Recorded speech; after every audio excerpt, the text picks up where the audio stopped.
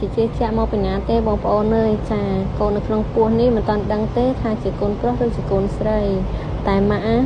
ឃើញកណាត់ណាតំណឹងជាតើកូនស្រីគឺមិនបានទេចាយើងមកកាត់ចាំមកដេអស់ហើយចាចាំមើលតកើតមកជាកូនប្រុសក៏មិនដឹងជាធ្វើមិនដែរចា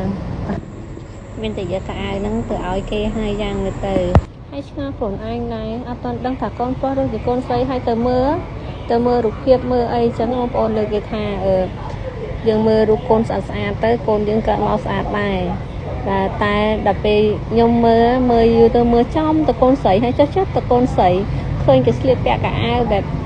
ឈុតមានបូមានអីនិយាយពីថាអើយក្នុងចិត្តនេះបើសិនជាថាជាកូនខ្លួនឯងវិញមិនដឹងយ៉ាងណាទេសឹងលេបហើយស្រឡាញ់ណា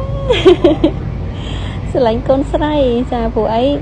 កូនប្រុសក៏ស្រឡាញ់ដែរតែកូនប្រុសមានអីបងប្អូនចាខ្ញុំមានកូនប្រុស12នាក់ហើយចាមិនចង់បានកូនប្រុសទៀតទេ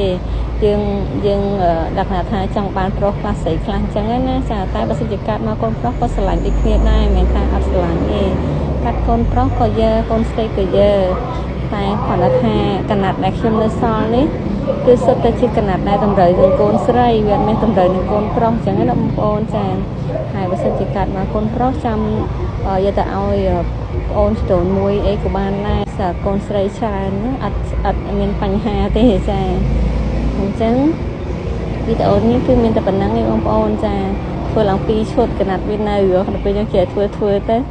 ចាហើយអរគុណច្រើនបងប្អូនអរគុណសម្រាប់ការមើលវីដេអូមួយនេះចា